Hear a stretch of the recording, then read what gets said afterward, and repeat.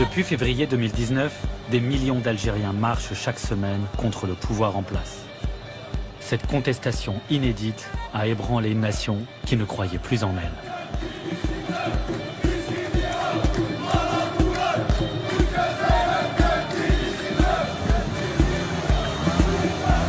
Qui aurait misé sur cette nouvelle révolution algérienne à l'ambiance de kermesse, se propageant d'Oran à Alger, d'Annaba à Tamanrasset?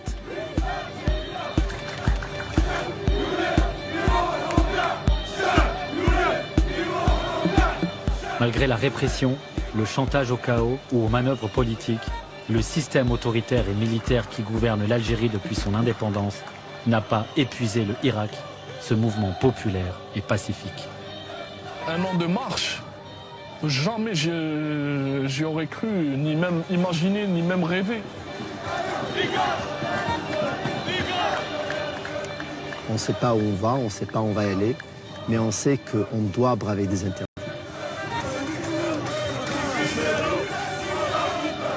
Je connais ce système, je l'ai subi toute ma vie.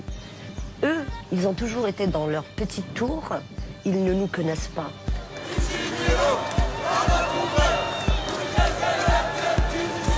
Je me dis que casser de ce pays n'est pas une solution. Mais casser le gouvernement actuel, ça c'est une solution.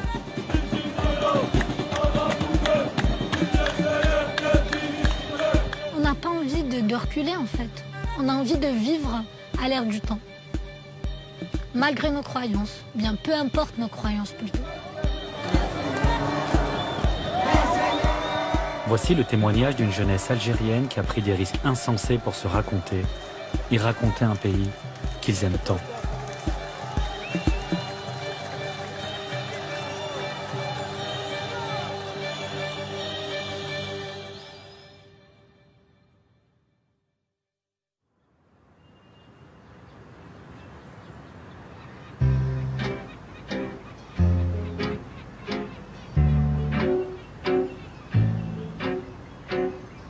En Algérie, plusieurs centaines de manifestants ont défilé aujourd'hui dans le centre d'Alger et dans plusieurs autres localités du pays contre la perspective d'un 5e mandat du président Abdelaziz Bouteflika.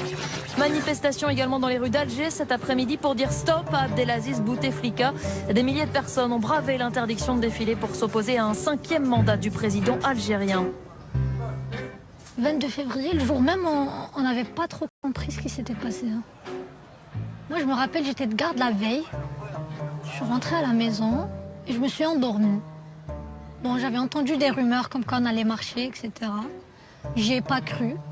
Je pense que j'étais comme tout le monde. On était tous un petit peu abattus. On se disait qu'il n'y avait plus rien à faire, que tout était fermé, il n'y avait plus aucune issue. Et puis, vers 14-15 heures, il y a ma mère qui vient, qui me réveille, me dit « Mais il marche, il y a des gens qui marchent, Sonia !» Et c'est exactement ça, en fait, ce que ça représente pour moi, le 22 février. C'est un réveil. Le 22 février, ça reste quand même un jour gravé dans ma mémoire à jamais. C'est un sacré souvenir. C'est beaucoup, énormément d'émotions. Je ne saurais jamais expliquer la sensation que j'ai eue à ce moment-là. C'était ça, c'était la délivrance, en fait.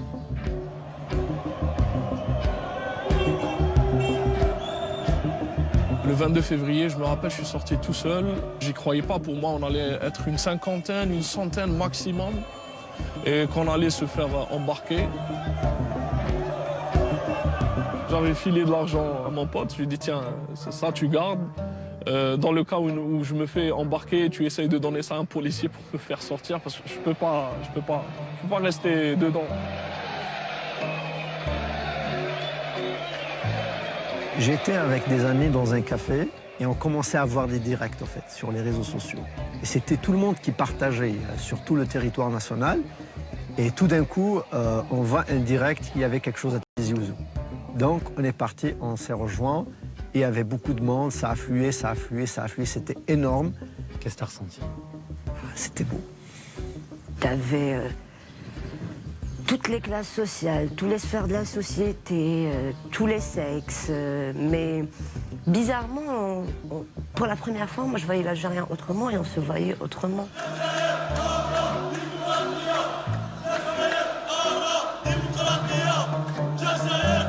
En fait, c'est vraiment la révolution qui est née ce jour-là. Là, j'ai vraiment repris un grand espoir, je vais dire. J'ai repris le grand sourire. Je me suis dit, là, c'est la bonne. Là, on avance. On était juste pour la première fois tous là avec un objectif en commun.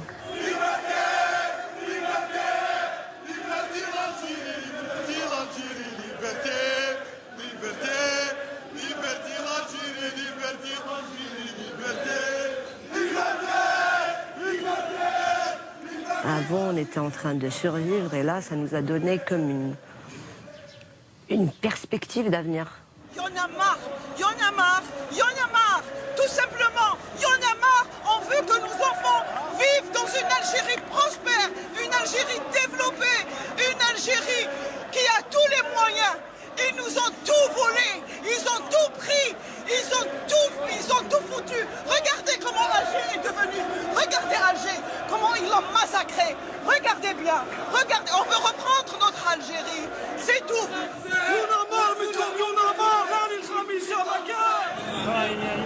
Ça fait mal au cœur. En fait, cette révolution, elle a permis à tout le monde de se réapproprier son pays. Elle nous a permis de se réapproprier l'Algérie. On a compris que ça nous appartenait à tous.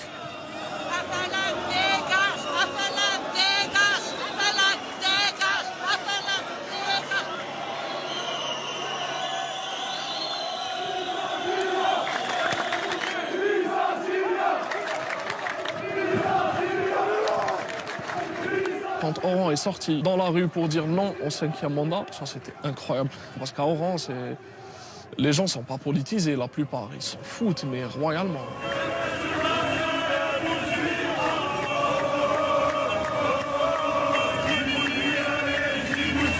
On est une génération très consciente, l'une des générations les plus conscientes que l'Algérie ait connue après celle de la guerre d'indépendance. Et obstinée.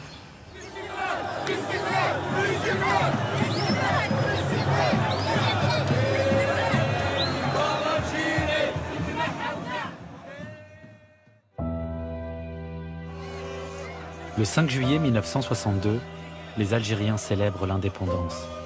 Enfin la liberté après 132 ans de colonisation française. Des millions d'Algériens chantent à la gloire du Front de Libération Nationale, le FLN. Tous nous voudrons vivre ensemble dans la paix et nous sommes très contents et la joie de l'indépendance totale avec notre peuple algérien. Qui aurait pensé que 57 ans plus tard, tout un peuple se mettrait à crier « FLN dégage ». Le libérateur deviendra l'oppresseur. Le FLN finira par cadenasser le pays, spolier ses richesses et son histoire. 62, l'indépendance, et elle est vite passée en fait. On nous a volé notre indépendance. On nous a volé notre pays. Et c'est pour ça que tout est à refaire. C'est qu'on n'a pas eu l'occasion de construire le pays qu'on voulait, que nos grands-parents, nos arrière-grands-parents ont voulu. Ceux qui avaient la décision, ceux qui avaient le contrôle de l'école, ceux qui avaient le contrôle de l'armée, ceux qui avaient le contrôle de l'économie, ceux qui avaient le contrôle de la politique, ceux qui avaient le contrôle de la justice, c'était eux les responsables. Et je pense que les gens qui ont pris les rênes après 62 ont volé ce rêve et ont détruit ce rêve. Quand tu vois certains maquisards, quand ils te parlent de l'indépendance, ils ne te parlent pas de la chose politique, mais ils te parlent de ce qu'ils ont subi sous la colonisation. Donc l'indépendance ne signifie pas pour eux lever le drapeau à l'ONU ou quelque chose comme ça, ou bien parler en arabe à l'ONU, comme certains le voient. Eux, c'était juste de se sentir humain, de se sentir vivre en dignité dans leur propre pays. Ma grand-mère est partie en France récemment. Et ça fait des années, elle ne voulait pas y aller. Partir en France après tout ce qu'ils nous ont fait, c'était un truc très difficile pour elle. Bon, elle est partie, ça lui a plu. Elle s'est dit, ouais, finalement, ça va, c'est terminé, mais le vécu de la guerre, elle l'a encore en elle. Et le vécu de la guerre de ma grand-mère, ça s'est transformé en angoisse, anxiété, qu'elle a transmis à ses enfants,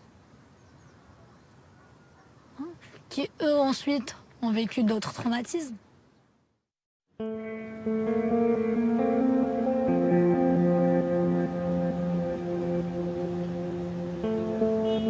Ce traumatisme dont parle Sonia, c'est la décennie noire. Au début des années 1990, l'armée interrompt les élections législatives. Son but, empêcher le Front islamique du salut de prendre le pouvoir. Les plus radicaux prennent le maquis. Un conflit commence entre l'armée et des groupes islamistes. L'Algérie va alors sombrer dans l'horreur.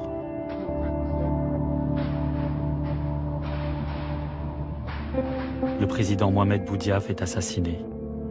Les attentats se multiplient. Les massacres aussi.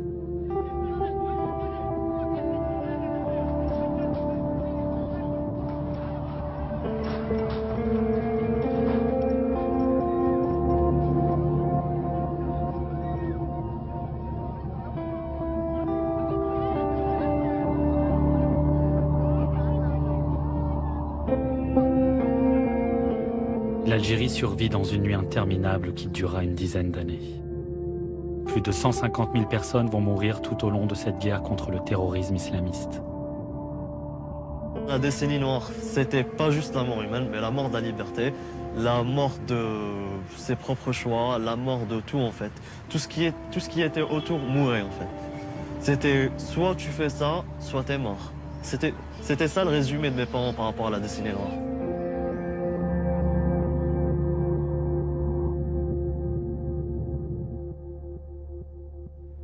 Quand on voyait le GT de 20 heures, on voyait donc le degré de violence, donc les corps déchiquetés, les corps des terroristes retrouvés ou bien abattus et les armes qu'on a retrouvées. C'est des événements qui m'ont marqué, qui ont marqué mon éducation, qui ont marqué ma culture, qui ont marqué ma vision des choses, qui ont marqué mon environnement. Nous, on a grandi avec tout ça, avec tous ces traumatismes.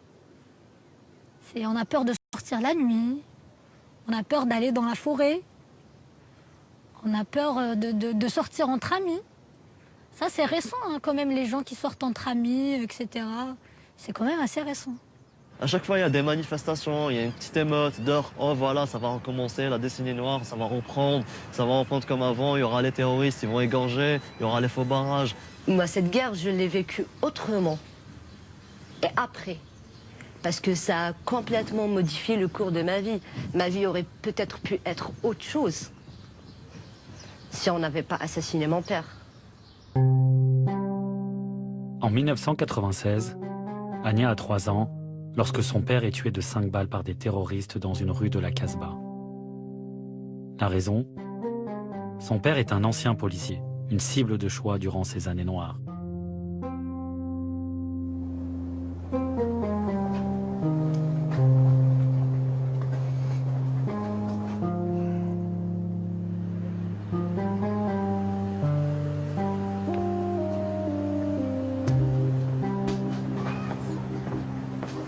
Mon papa me rappelle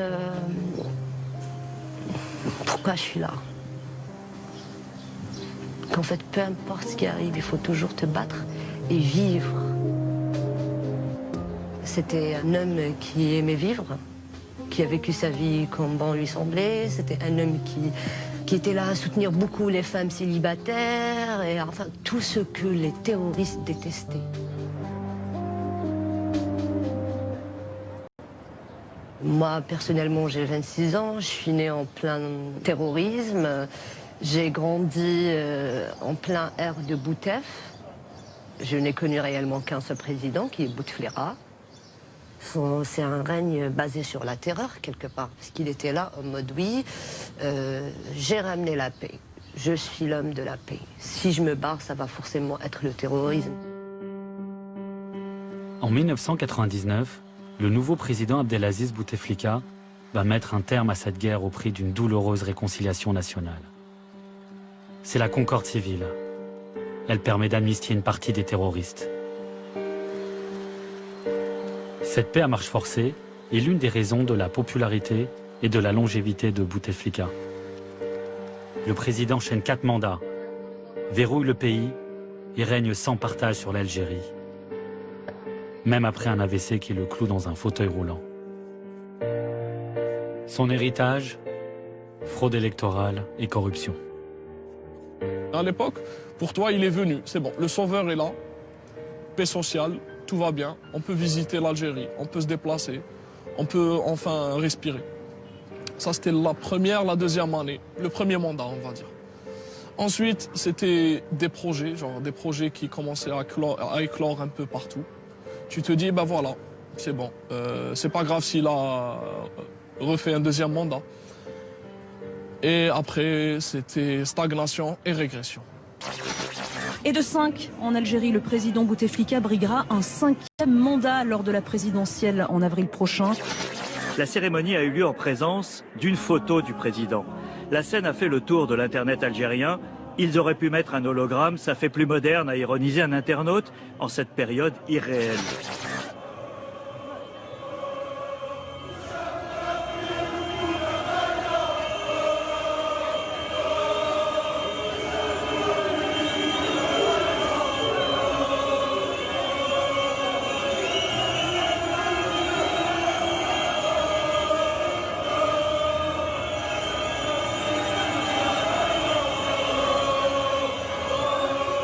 On a supporté la misère, on a supporté la pauvreté, on a supporté la corruption, on a supporté plein de choses. Mais se foutre de notre gueule à ce point, c'était plus possible. Vraiment, c'était un coup de nerf pour les jeunes. Comment un gars que peut-être qu'il n'arrive même pas à pisser comme tout le monde, va, nous, jeunes de 20 ans, nous gouverner? Non, ça, c'est pas possible. Parce que c'était quand même humiliant, c'était vraiment humiliant d'avoir un président dans une telle situation qui va se présenter pour un 5e mandat. 20 ans de Bouteflika, on n'a connu que ça. La corruption a atteint son paroxysme, la déliquescence de l'État a atteint ses limites. C'était un vide total. C'était vraiment, on avait peur que Bouteflika allait passer.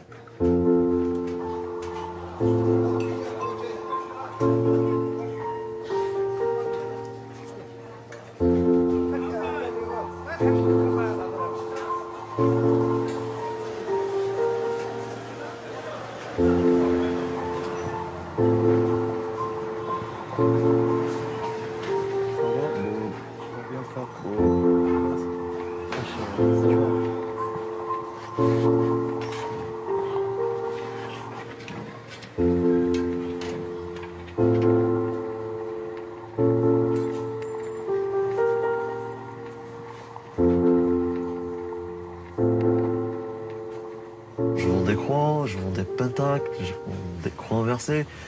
Je dirais même aussi des pendentifs marijuana, des trucs qui sortent de l'ordinaire en fait. Donc dans ce magasin, il y a plein de trucs que les autres commerçants, je veux dire, que trouvent tabou. Il y a beaucoup de clients qui viennent me demander, si j'achète le collier, ça, tel collier, est-ce que je vais avoir des problèmes dehors? Est-ce que vous-même, vous avez des problèmes? C'est des questions qui me reviennent assez souvent. Je leur dis, voilà, même si un jour il y a quelqu'un qui vient vous parler, il y a quelqu'un qui vient vous faire chier comme ça dans la rue, il faut pas se taire, faut jamais se taire.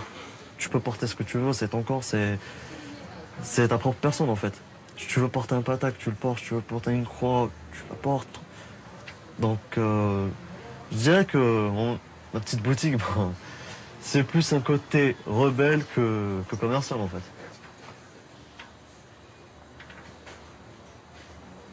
Grâce aux réseaux sociaux, on se rend compte qu'il y a plusieurs jeunes qui sont comme nous en fait. Ça nous a permis de nous rapprocher, de se faire en fait la petite communauté elle est devenue une grosse communauté grâce aux réseaux sociaux. C'est un moyen de liberté en fait.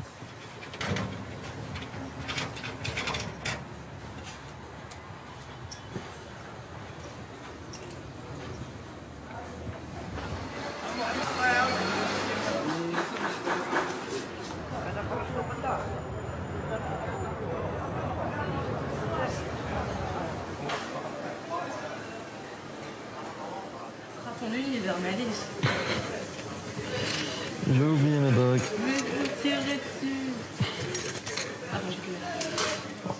Deux secondes, ils sont complètement... Hop.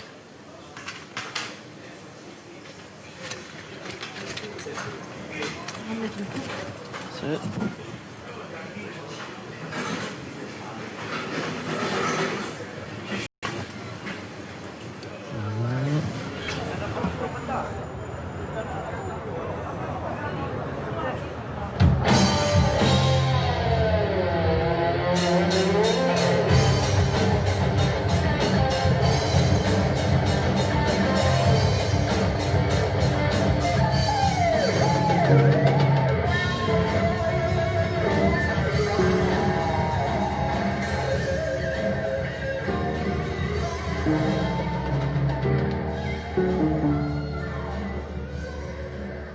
C'est comme si je vivais dans une prison à ciel ouvert en fait. On t'empêche de vivre ta jeunesse.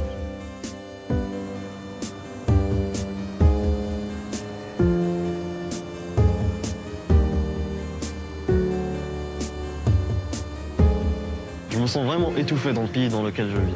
Pourtant, c'est un pays que j'aime, mais je me sens étouffé. J'ai pas eu la chance de vivre ce que d'autres jeunes, peut-être en Europe ou en Amérique, ce qu'ils ont vécu pendant leurs 20 ans. Puis quand je me compare à moi, à la jeunesse algérienne, je me dis, on a vraiment 60 ans en fait. On n'a pas 20 ans, on n'a pas eu le temps de vivre notre jeunesse.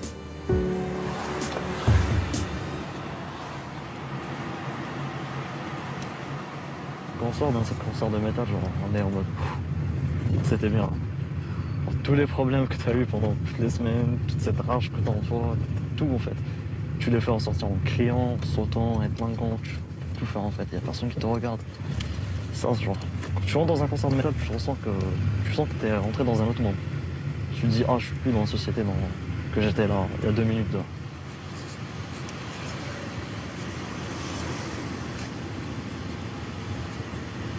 Ah, par contre, c'est un barrage. C'est un barrage. Il y a un barrage. Avoir 29 ans et avoir la vingtaine en Algérie, généralement, c'est d'avoir les larmes aux yeux. C'est un gros vide, quoi. C'est un saut dans le vide. On se sent vieux. Franchement, à 28 ans, je me sens fatigué, usé, irrité. J'ai l'impression d'en avoir 40 parce que tu dois te battre pour avoir le minimum. Tu rends des comptes à tout le monde. Tu as envie de boire de l'alcool, eh ben, il faut que tu le fasses en cachette.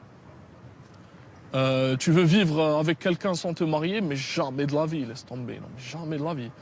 Donc tu dois toujours des comptes à tout le monde, tu dois toujours te justifier.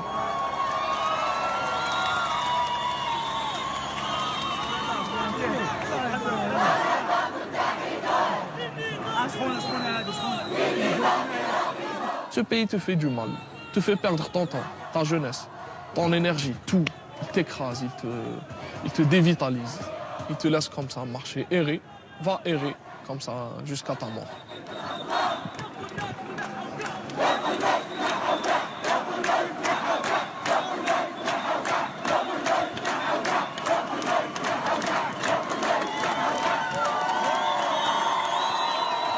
Tellement tu désespères, tu ne peux plus qu'espérer. La seule chose qui peut te sauver, c'est d'espérer à autre chose. C'est bon, on a fait le tour du dark side. On a fait le tour des massacres, de la corruption, de la pauvreté, de la misère, de la saleté. On connaît ça, on sait très bien vivre avec ça, on sait survivre dans ça. Et si on essayait autre chose? On n'a plus grand-chose à perdre, sauf nous-mêmes. Et on s'est déjà perdu. Et avec cette révolution, on s'est retrouvés, on a retrouvé qui on était réellement.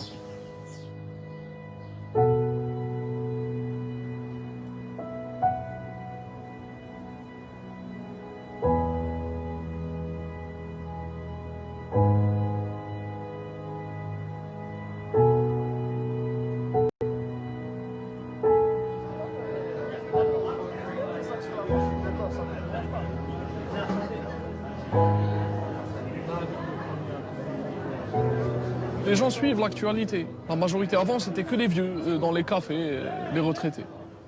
Et les quelques militants par-ci, par-là.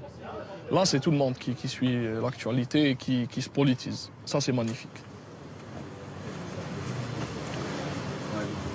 Ça va? Ça va? Tu vas bien? Ça va, Sahbi? Raya? Bien? Alhamdulillah. C'était pour mes savants. Comment ça va? C'est un petit coucou à cette personne. Vas-y. C'est d'être au président.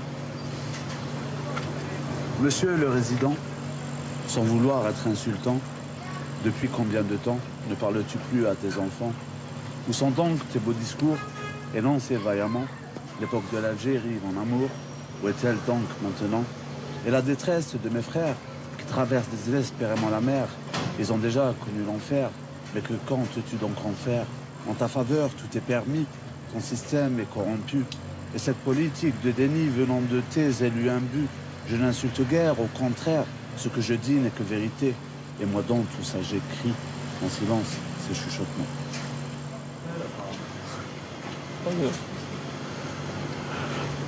J'ai l'impression que le problème n'est pas la personne qui a occupé le trône, mais plus le trône en lui-même. Un pays pareil. C'est plus le fait que cet homme-là ne représente pas qu'une fraction, il représente tout un écosystème. Oui. Il atteint un certain niveau de médiatisation où on le sacralise, carrément. Mais à la fin, il ne représente qu'une image. C'est sûr. Hein. Un mandat, 2 mandats, 3 mandats, 4 mandats, il y en aura un autre. Mais il représente le même système. Clairement. Clairement. Et donc le problème est où? Beaucoup plus enfoui, ça. Il est beaucoup plus compliqué que ça. Il ne s'agit pas de changer juste un président. C'est une question de mœurs.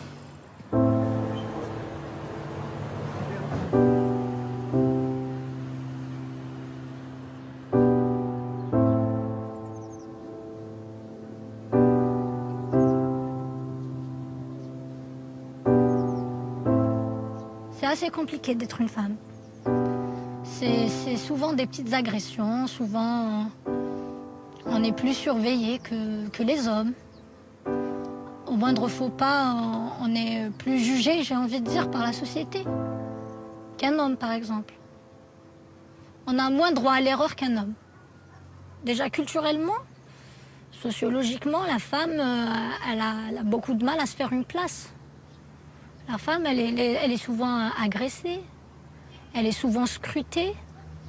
Et peu importe son milieu, hein, peu importe le milieu, hein, on peut être chez les démocrates, entre guillemets, dans un milieu plus conservateur, etc. Une femme a toujours beaucoup plus de soucis qu'un homme. Le code de la famille, par exemple. Ailleurs, il n'y a pas ça. Ça, c'est propre à nous.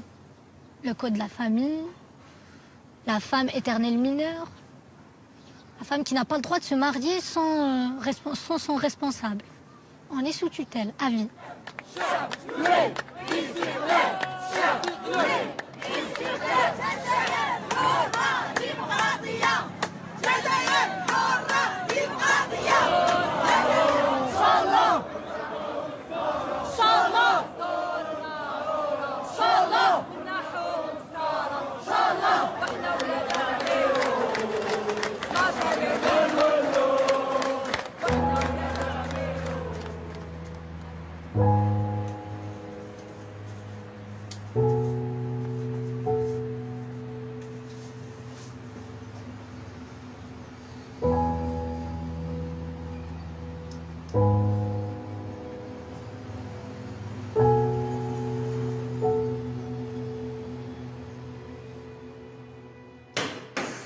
Tout comme Sonia, les femmes n'ont pas hésité à descendre dans les rues pour s'enrôler dans le Irak. Les Algériennes ont toujours été de tous les mouvements de revendication et de toutes les guerres du pays. Et cette révolution a permis aux femmes de reprendre leur place dans la société et dans le récit national. C'était génial quand même. Déjà, mais de passer à Rohil Dar, Plastic, Cousina, tu n'as rien à faire dans la rue avec les hommes, à que ça soit normal qu'on sorte, ça c'est un acquis, c'est déjà énorme. C'est ça. C'est déjà énorme. Ces dernières semaines, il y a eu même des appels aux femmes. Venez marcher, on a besoin de vous. Le rôle de la femme dans cette révolution. C'est ça, oui.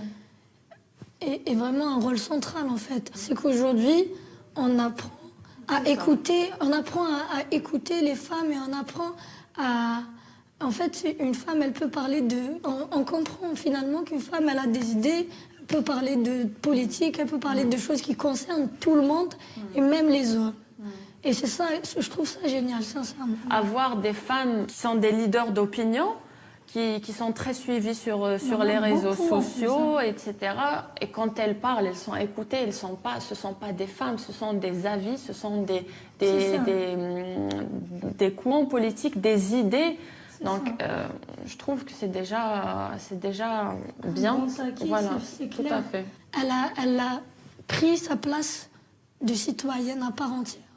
Tout comme le reste des Algériens, c'est qu'en fait, on est tous devenus des citoyens. Enfin, on n'est pas devenus des citoyens, mais on apprend à l'être. On apprend à le devenir. C'est déjà extraordinaire.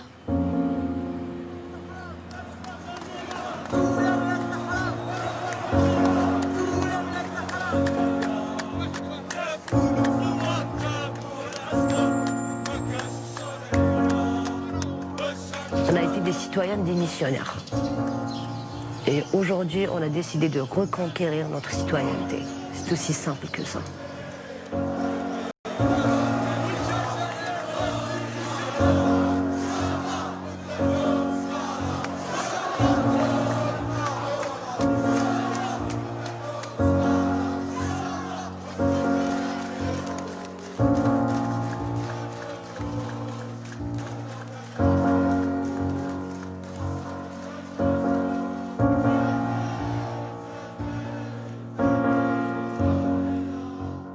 Moi, ce qui m'a surpris le plus, c'était l'humour qui se transmettait à travers les slogans.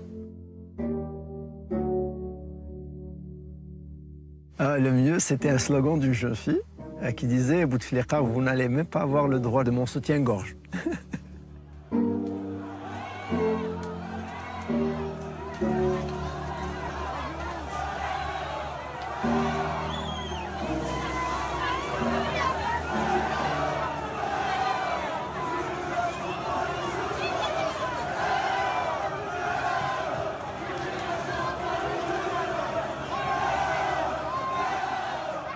Je me rappelle ce jour-là, de mon matin, il y avait un ami qui avait trouvé de la vaseline chez lui. Il nous a dit, voilà les gars, voilà ce que j'ai trouvé chez mes parents, de la vaseline. Moi, on a bien rigolé, mais à un certain moment, je lui ai dit, écoute, tu vas me la passer, j'ai une petite idée. À un certain moment, il y a eu un flic qui s'est avancé vers moi, il a essayé de m'attraper par les bras, et comme j'avais de la vaseline, il a essayé au moins 3 fois de m'avoir, il ne m'a pas eu. C'était la vaseline day. On s'est réapproprié la rue. J'ai vu des familles, des jeunes, des moins jeunes qui marchaient en symbiose. Donc ça a libéré la parole quand même, c'est quelque chose de fou aussi. Hein. On parle de l'Algérie toujours, je vous le rappelle. C'est un peu la Corée du Nord de l'Afrique.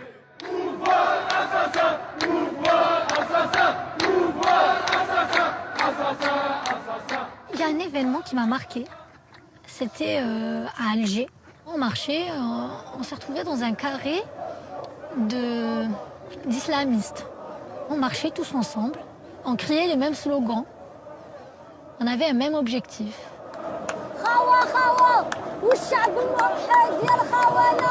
Les Algériens, À aucun moment on nous a mal regardés ou on nous a mal parlé. Je me suis dit, mais est-ce que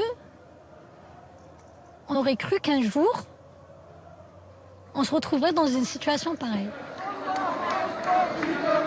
Le Hirak, la révolution, nous a permis de s'intéresser l'un à l'autre. C'est-à-dire que l'Oranais a commencé à s'intéresser au Kabyle, le Kabyle au Chewi, etc. C'était incroyable.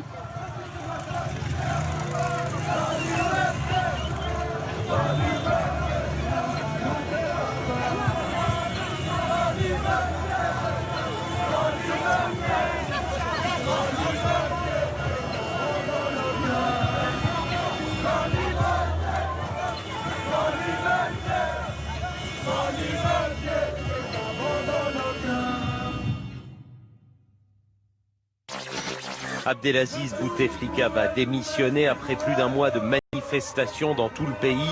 Les moins de 20 ans, en effet, ne s'étaient jamais réveillés sans Bouteflika au pouvoir. Les manifestants veulent maintenant la chute de tout le système. Immédiatement, des milliers de personnes sont descendues dans les rues d'Alger pour crier leur joie, mais aussi...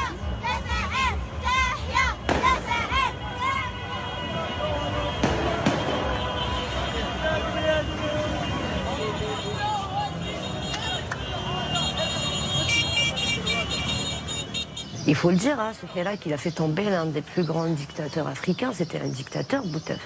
Moi et des millions de personnes comme moi, on a réussi à le faire sortir comme ça et à le sortir de la plus petite porte qu'il soit. L'humiliation qu'il a subie, lui, est pire que toutes les humiliations qu'il nous a fait subir à nous.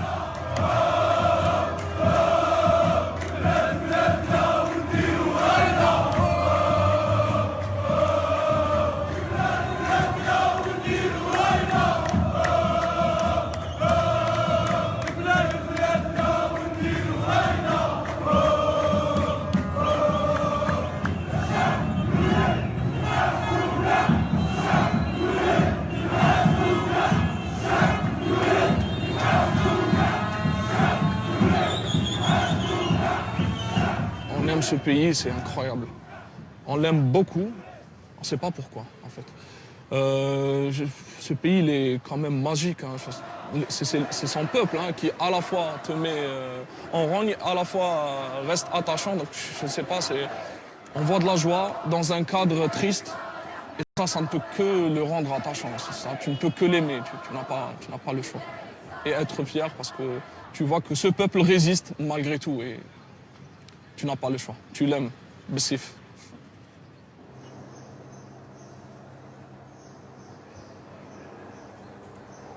Pour moi, le Hirak n'est pas encore une révolution. Ça n'a pas encore changé les paradigmes des choses. Ça n'a pas encore changé le système. Ça n'a pas encore ébranlé le noyau dur du fonctionnement du système algérien, qui est la primauté du militaire sur le politique. Après la démission de Boutef, le vernis de la démocratie a craqué et on a vu qui dirigeait le pays réellement. C'était la junte militaire. Cet homme est le chef d'état-major des armées, le général Ahmed Gaïd Salah. Soutien indéfectible de Bouteflika, il a fini par le pousser à la démission. Il s'est imposé comme l'homme fort du pays, en s'affichant comme le protecteur de la nation et de la Constitution. Boutef, il a été placé par les militaires. Zarouel, c'était un militaire. Boumediene, c'était un militaire. Ça a toujours été les militaires. Et ça n'a plus lieu d'être. Le général a beau mettre des proches de Bouteflika en prison, les manifestants le perçoivent comme un membre du clan du président déchu. Rien ne calme la colère populaire. Le chef d'état-major cristallise les rancœurs du peuple et incarne le visage du système algérien. Ahmed Gaïd Salah multiplie les discours en cherchant à briser la révolte. Mais comment casser cette dynamique révolutionnaire? Le pouvoir a l'idée de faire interdire lors des marches les drapeaux amazirs, l'emblème berbère que revendiquent notamment les Kabyles. Le régime espère ainsi jouer sur la corde régionaliste et diviser les Algériens. En vain.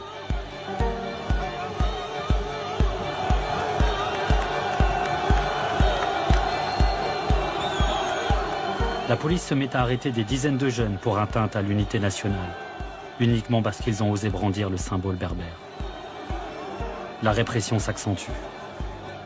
Mais la génération Bouteflika n'a plus peur de se faire embarquer à la moindre contestation et de finir en prison.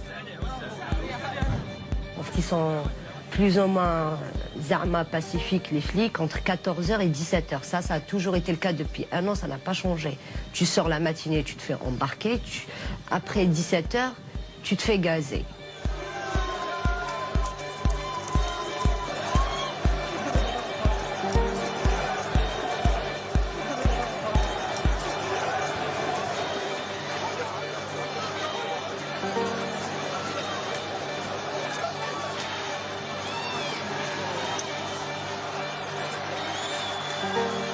J'ai été arrêtée le 13 avril. On nous a emmenés à plus de 30 km. Ils étaient là à essayer de nous rabaisser, à nous jouer sur le moral. Et on était là, on essayait de résister. Tu vois, tu résistes 1 heure, 2 heures, 3 heures, 4 heures, 5 heures. Au bout d'un moment, tu ne sais plus ce qui va se passer. On ne te relâche pas. Tu n'es pas en état d'arrestation. Tu ne sais pas ce qui se passe. Et là, tu as la femme, elle me demande d'enlever mes chaussures, mes chaussettes. Elle me demande d'enlever mon pull, d'enlever mon pantalon. J'avais les cheveux comme ça. Elle m'a demandé d'enlever même mon chouchou, elle a fouillé mes cheveux. Elle m'a demandé d'enlever mon soutif. J'ai enlevé mon soutif. Après, j'avais gardé juste la culotte. Elle m'a limite fait un frottis. Et là, je lui lance le regard. Ok. Et puis quoi encore? Et là, elle me demande de me rhabiller le plus normalement possible. Encore une fois, en plus, ce qui était bizarre, c'est que quand j'ai enlevé mon soutif, elle m'a ploté les seins. C'est comme si qu'elle allait trouver quelque chose. Il n'y a rien. Il n'y a rien. Il n'y a rien. Limite, c'était une fouille bizarre. Tu vois, c'était très bizarre, c'était très malsain. Genre, t'as quelqu'un qui est nu devant toi, qui a une culotte. Qu'est-ce que tu cherches quand tu lui plottes les seins, franchement? Je t'ai dit, à un moment donné, j'ai senti que ce corps, il porte...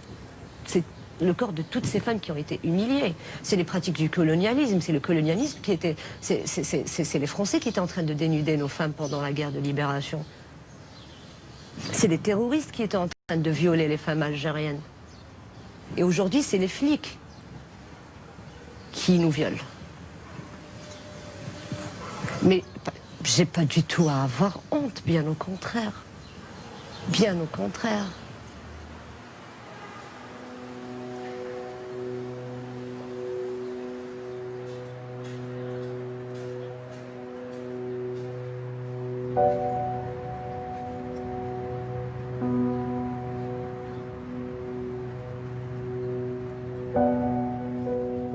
Aujourd'hui, y aller jusqu'à dire que c'est une dictature, je ne le conçois pas ainsi. Mais c'est un régime totalitaire, en fait. C'est un système que je peux qualifier comme étant mafieux. Donc on a recours à la ruse, on a recours à la corruption, des comportements d'une bande.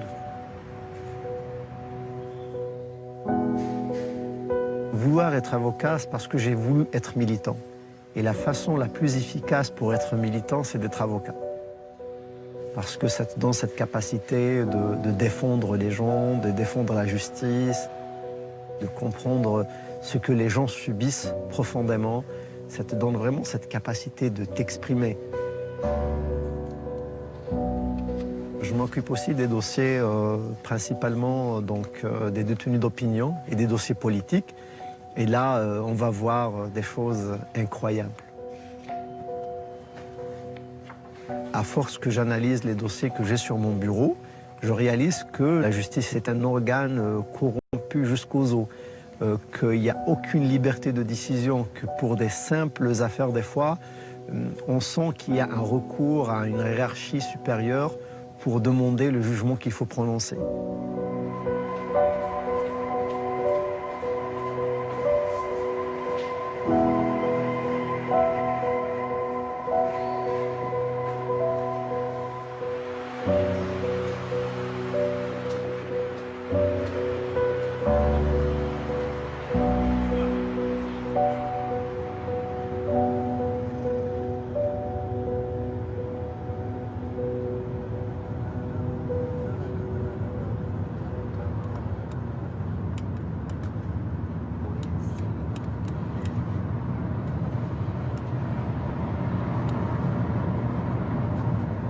Sofiane Babassi, c'était l'un des détenus qui ont été kidnappés avant les élections présidentielles en décembre.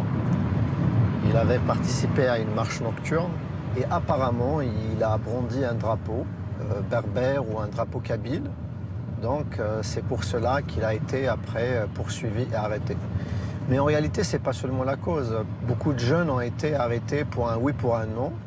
Et on leur a collé l'étiquette d'atteinte à l'unité nationale. Et c'est pour cela qu'il a été après, pour être juste, kidnappé par les services de sécurité en allant chez lui. Et quand on l'a visité donc avec mes deux confrères en prison, on l'a trouvé dans un état lamentable.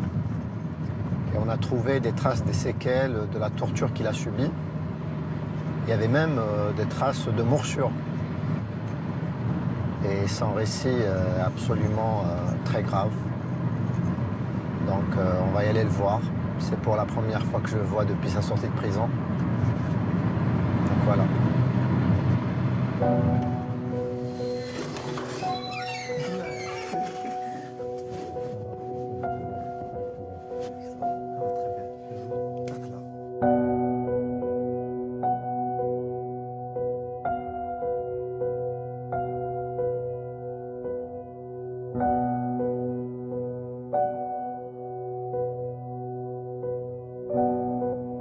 Ils ont amené un paquet de papier. J'ai vu mes publications sur Facebook.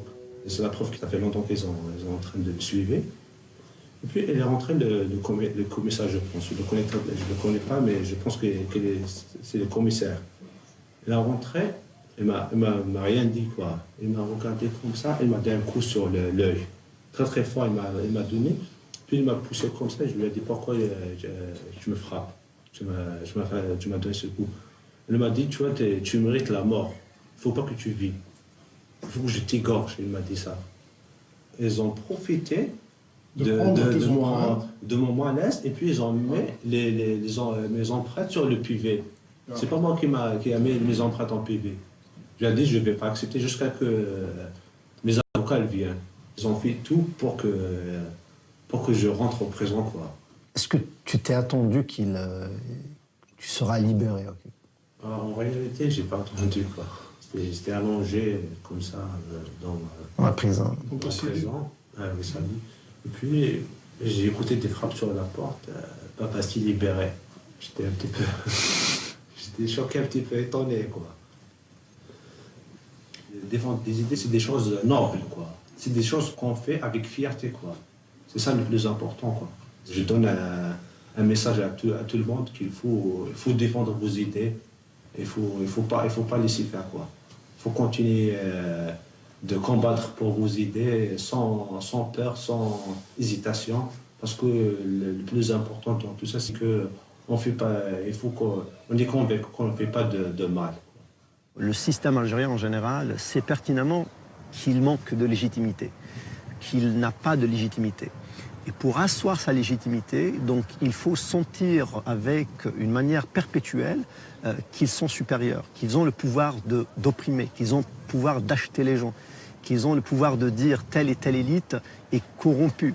Donc cette capacité toujours de voir le peuple d'en haut, donc ça remplace un peu leur complexe de légitimité.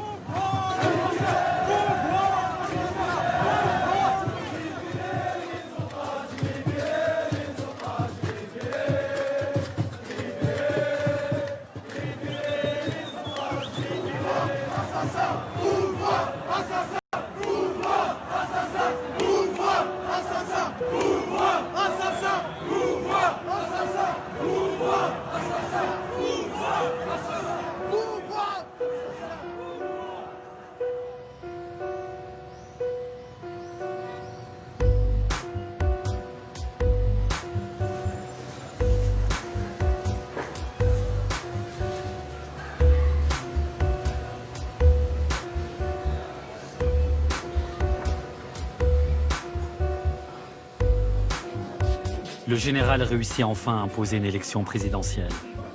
5 candidats se présentent. Le favori est Abdelmajid Tebboune, 74 ans. Il a été plusieurs fois ministre, et même éphémère Premier ministre de Bouteflika.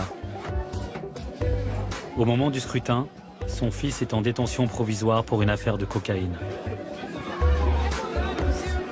Face au Irak, le régime vient de se régénérer avec un pur produit du système. Mais la rue ne lâche rien, refusant ardemment toute élection avec la bande, dénonçant des fraudes et boycottant en masse le vote.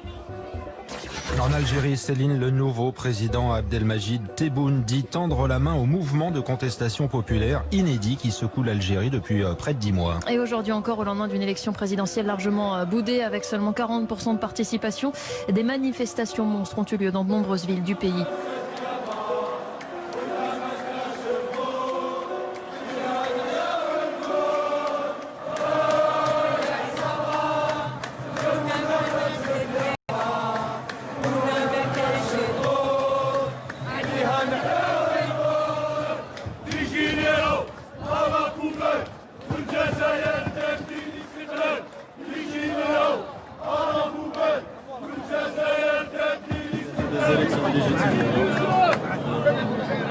C'est pas la voix du peuple. Parce que c'est pas nous qui avons voté. C'est pas le peuple qui a donné sa voix.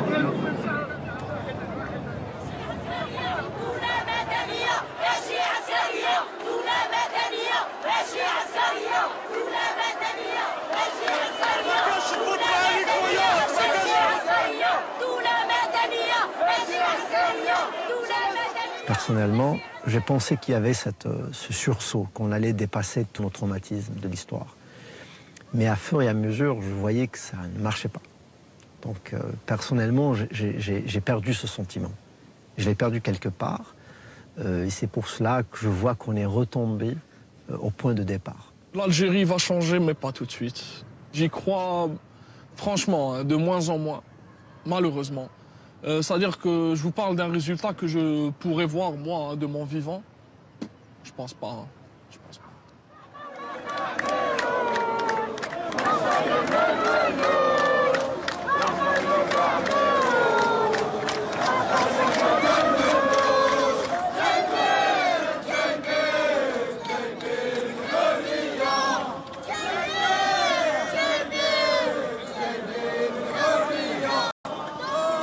Les enfants qui ont 5 ans, 6 ans, 7 ans et qui ont pris l'habitude de sortir chaque vendredi, de connaître ce sentiment d'appartenir à une nation, cette union. Ils ne pourront jamais subir ce qu'on a subi, c'est pas possible. Et ça, c'est notre plus grande victoire, je pense.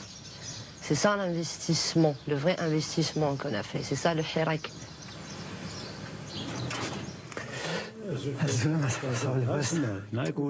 Pour Atman, la désillusion est trop forte. Le Hirak a bien porté à ses débuts l'espoir d'un changement, mais pour lui, ce n'est plus le cas. Et vous? Ce soir-là, il dîne avec 2 amis, un opposant politique et un militant des droits de l'homme, qui sont loin de partager son désespoir. Voilà. La question qui se pose, le problème qu'il y a eu, bon, il n'y a pas eu d'élite, il n'y a pas eu d'émergence de nouvelles figures. Et même s'il y avait des tentatives, je pense que l'état-major ne les a pas laissés émerger. Mais maintenant, la question que je me pose, que doit faire ce mouvement? Qu'allons-nous faire, nous, en tant que citoyens, en tant que militants, en tant que figures politiques, en tant que gens impliqués, face à cette situation? Moi, je pense, avec tout le monde modestie, qu'il nous faut un projet pour le Hirak, pas des représentants pour le Hirak. Il faut que le peuple algérien puisse écrire son projet. Il n'y a pas de solution individuelle pour ce mouvement. Il n'y a que des solutions collectives. Ça veut dire que si on n'arrive pas à réfléchir en collectif, on ne peut pas gagner. En fait, c'est un mouvement à la fois politique et un mouvement social. Et notre défi maintenant, c'est de construire. Parce que je ne pense pas qu'on va se mesurer dans la force par rapport au système. Notre force à nous ne sera pas dans la destruction du système. Je pense que c'est le plus grand acquis, c'est qu'aujourd'hui, il y a une forme de démonopolisation de la parole publique. Elle est devenue citoyenne. C'est un miracle qui se produit, je pense qu'il y a ce miracle qui s'est produit, et il ne faut pas le jeter. Il ne faut pas l'idéaliser. Ce n'est pas d'idéalisation. Il ne faut pas idéaliser c'est un mouvement historique. Et dans un mouvement historique, il y a des hauts et des bas. C'est peut-être pas notre génération. C'est peut-être des gens qui ont 15 ans, 10 ans, qui vont se retrouver dans une Algérie démocratique. Mais l'essentiel, c'est qu'aujourd'hui, nous avons des bourgeons. Ces bourgeons, c'est ça notre rôle. C'est de les cultiver, c'est de les protéger contre les agressions pour qu'ils puissent donner demain les fruits nécessaires pour construire l'Algérie de demain. C'est le défi. Les gens, quand ils ont détruit le mur de Berlin, personne ne pensait qu'en détruisant le mur de Berlin, toute l'Union soviétique allait disparaître.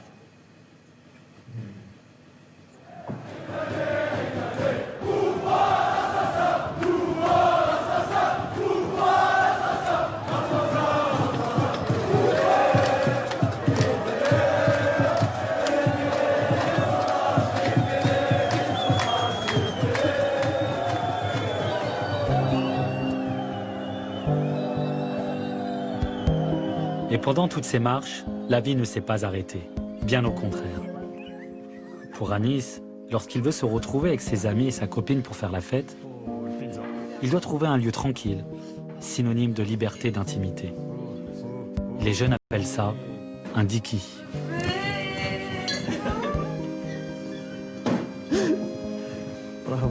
Allez-y doucement. Non, pas de polygamy avec des bouts de pestis. Tu vas la faire tomber. Tu vas la faire tomber. Tu vas la faire tomber. Oui.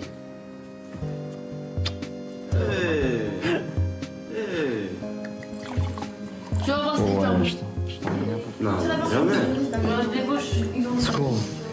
Secours.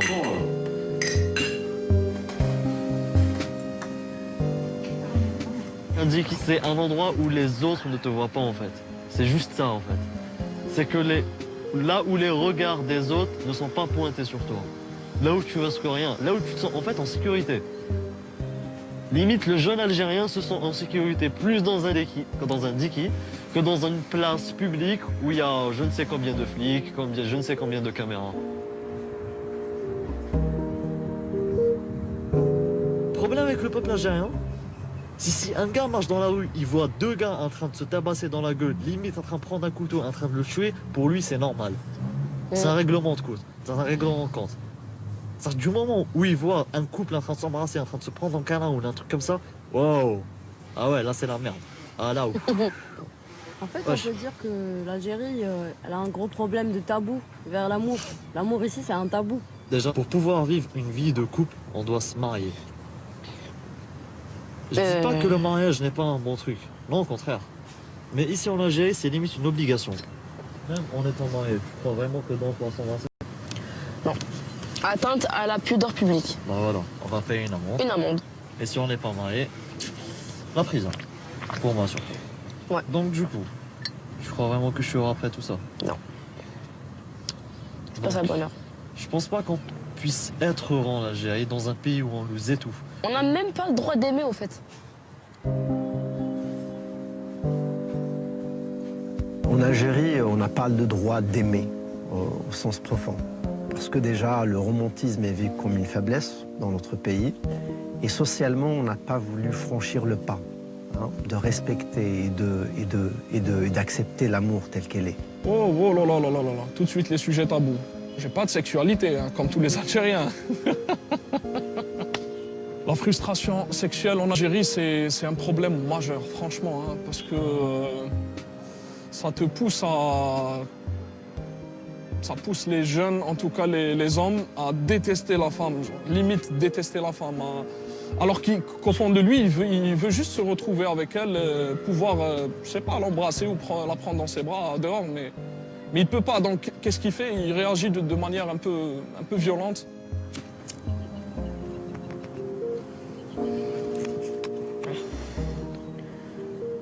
Là, j'en ai marre. Pourquoi? À 20 ans, déjà, la dépression. T'as le stress de la famille, t'as le stress de la société, t'as le stress des études, t'as le stress des mecs. Ouais. La routine d'une fille, quoi, genre en Algérie. À 20 ans, en fait. Ouais. Tu souffres à 20 ans, en fait. À 20 ans, genre à 20 ans, t'es à l'étranger, t'es là, tu vis ta meilleure vie, t'es en boîte de nuit, t'es avec tes potes. Bah là, t'as rien, genre. T'as rien, en fait. T'as un cinéma, deux cinémas, puis t'as rien, en fait. Il y a des programmes pourris, il y a des films qui sont censurés parce qu'ils contiennent des scènes érotiques, on va dire. Ici. Ouais. Exactement. Le tabou de la femme qui se masturbe. Comment tu peux connaître tes plaisirs si tu n'as pas le droit de te masturber ou de voir du porno? Exactement. Le problème, c'est qu'il faudrait instaurer une éducation sexuelle. Ce pays a besoin d'une éducation sexuelle. Les parents sont contre. Justement, les parents sont contre, mais... Ils croient que c'est obscène. En fait, ils sont contre du fait qu'une femme doit être libre comme un homme, en fait. Bah, ils ont juste peur de la femme. Hein. Ils ont peur que la femme prenne une puissance qui serait supérieure à la leur. Bah, parce qu'une femme peut être plus puissante qu'un homme. Bah, elle peut vraiment être plus puissante qu'un homme en fait. Elle peut avoir des meilleurs emplois, réussir ses études beaucoup mieux. Elle peut vraiment faire comme un homme, on va dire. Ce qu'ils veulent. Ça aussi. On la marie, on la met dans une maison. Et elle reste dans cette maison. Voilà, elle fait des enfants. Exactement. Et c'est tout. Comme un lapin, elle ne fait que qu'engendrer des progénitures. Donc en fait, on a des générations qui se poursuivent mais qui sont les mêmes. Une éducation merdique, quoi. Inexistante. Inexistante, quoi. Les filles ne sont pas solidaires dans ce pays. Elles sont soumises. Elles ferment leur gueule et elles acceptent. Elles se disent, ouais, c'est comme ça, tout le monde fait, moi je vais faire comme tout le monde. Mais est-ce que c'est juste? Est-ce que tu es heureuse? Est-ce que toi tu es heureuse? Est-ce que le jour où tu mourras, tu seras dans ton lit de mort? Est-ce que tu te diras, ouais, j'ai vécu une belle vie? Est-ce que tu vas répondre par oui? Non. Moi, je veux répondre par oui. En fait, là, le problème vient des parents parce que nos parents ne nous demandent jamais la vraie question qui se posait. Est-ce que tu es heureuse?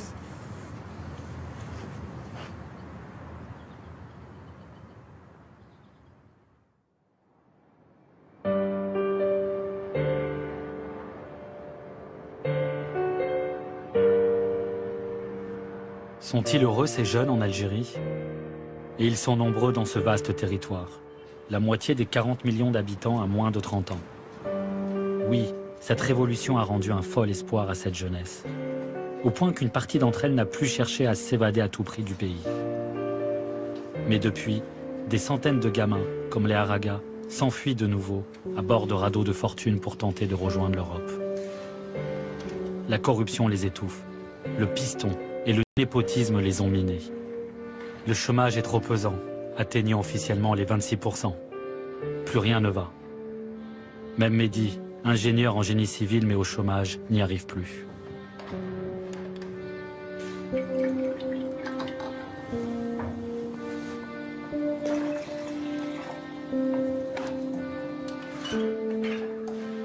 Mehdi s'occupe de ses deux frères et de sa sœur. Ce matin, il reçoit une amie. Et comme d'habitude, une question revient en boucle autour de la table. Faut-il rester ou quitter l'Algérie?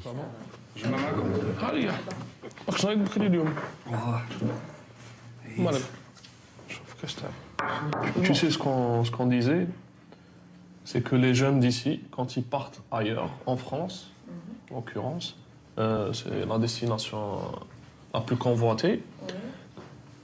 Dans leur tête, quoi, une fois sur place, c'est bon, c'est réglé. Tous leurs problèmes sont réglés. Alors que c'est une image, c'est pas la réalité, c'est une image, c'est un fantasme qui est là. Moi, par exemple, les gens de mon entourage qui sont dans l'optique de partir en France pour s'installer, légalement ou illégalement, me disent toujours que c'est toujours mieux de vivre là-bas qu'ici, machin. Et quand je demande, ils me disent oui, c'est plus facile.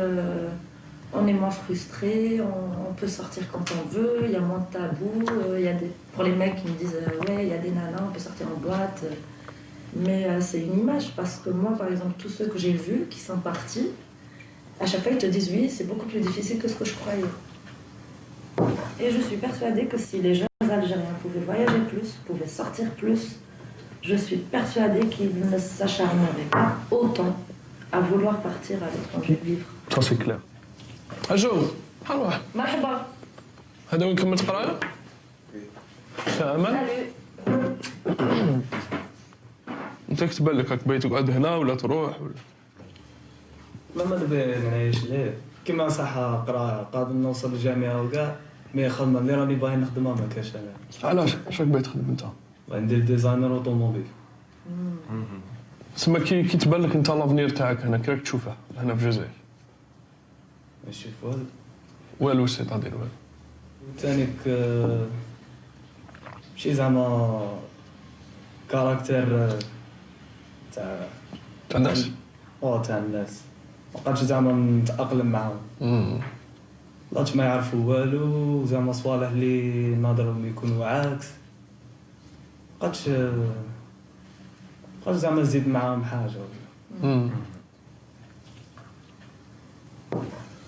Ça me fait toujours quelque chose quand je parle à mon petit frère et que je lui demande par rapport à son avenir. Il me dit, je vois du noir. Moi, je vois mon avenir flou en Algérie. Mais lui, il voit du noir à 17 ans. C'est incroyable. Hein. C'est-à-dire que j'ai tout fait pour essayer de lui redonner espoir, en quelque sorte, mais ça ne marche pas. Ça marche pas. Rester ici pour mon petit frère et s'épanouir, ça, c'est impossible. Quand je vois ma ville comme ça, je la trouve très très belle. Je suis aussi nostalgique, donc je ne sais pas, je pourrais jamais être objectif, mais je la trouve très belle. Sa beauté, on n'en doute pas, mais non, parce que c'est une ville triste. Après, bon, on a beau dire qu'on l'aime au rang, mais quand tu vois quand même, quand tu vois le port avec un bateau qui est prêt à t'emmener à quelques kilomètres d'ici, tu as autre chose, ça donne envie. Pour revenir plus inspiré, plus fort. Non, mais tu reviendras. On reviendra. Ne serait-ce que pour quelques mois. Mais le besoin que tu as et que j'ai de respirer, finalement, c'est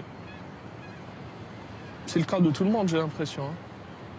Oui, pourquoi? Parce que c'est un délabrement général. Ah, non, mais pas Oran, c'est pas Oran, c'est un pays comme l'Algérie parce que tu as un passeport qui sert pas à grand chose. Tu peux pas aller où tu veux, vraiment quand tu veux. Ça joue aussi sur le moral.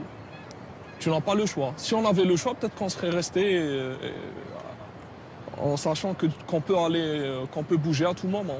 Mais là, tu ne peux pas. T'as peu de chance. Du coup, tu respires beaucoup moins. Tu étouffes limite. T'as pas de liberté. Rien.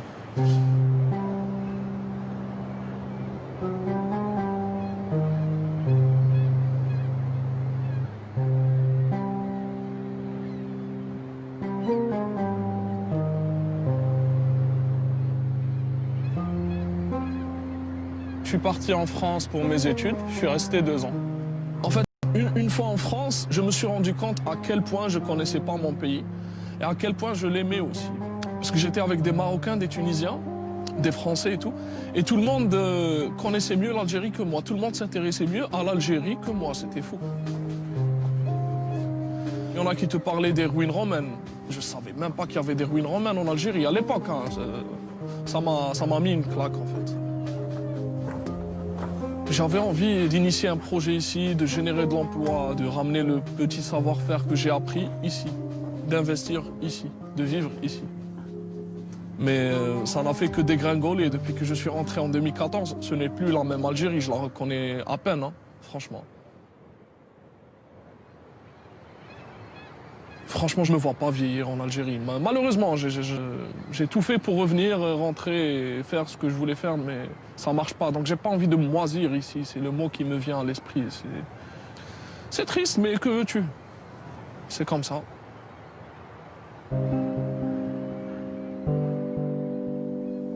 C'était mon rêve de vivre en Algérie, de construire ma maison en Algérie, de me battre pour mes idées en Algérie, de rester dans cette Kabylie, dans ces montagnes. Et ce manque de liberté, c'est ce qui m'a poussé à vouloir pertinemment quitter ce pays. Est-ce que je me vois avoir des enfants en Algérie? Je ne le pense pas. Et je ne veux pas les avoir en Algérie. J'ai envie qu'ils vivent dans un pays où ils vont se sentir libres. Ils vont vivre pleinement leurs rêves, leurs joies, leur jeunesse, leurs fantasmes. Exprimer bien clairement leurs idées, circuler librement. C'est triste, hein? Très triste. Avant, j'y pensais souvent, hein, partir. C'était une option très importante pour moi. Donc si je réussis à vivre ici, comme je l'entends, j'ai pas besoin d'aller ailleurs. Je suis médecin, j'ai envie d'aider mes compatriotes d'abord. Donc moi, je reste toujours optimiste. Certes, on va me dire que je suis peut-être un bisounours, que je suis une bien pensante. J'ai souvent droit à ça ces derniers temps. Mais j'ai foi en nous. On peut rester ici en Algérie. Si on se serre les coudes, on peut changer les choses. Parce que c'est nous la force, c'est pas eux. La force représente la jeunesse algérienne. C'est ça la force. Et c'est grâce à cette force-là qu'on va pouvoir casser ce gouvernement actuel. J'ai pas envie que demain, mes enfants vont vivre la même chose que moi. Je veux que mes enfants demain, ils vont dire voilà, nos parents, ils ont fait une vraie révolution. Ils nous ont arraché cette liberté en fait. Ils ne vont pas se dire voilà, je vais en Algérie, voilà, je vais me casser ailleurs, je suis pas libre. Moi, j'ai pas envie d'entendre mon enfant dire ça. Encore une fois, là, on se bat pour vivre pleinement. C'est une nouvelle ère dans l'histoire de l'Algérie. Et j'aime bien croire que c'est la plus belle et la plus importante. C'est une génération obstinée qui sait très bien ce qu'elle veut et qui n'est pas prête à lâcher. Avec le Hirak, tu deviens accro, c'est une cam. C'est devenu notre cam. Et on a tout le temps qu'il faudra. On a le temps, on a l'énergie, on a la volonté, on a la rage. On a tout ce qu'il faut.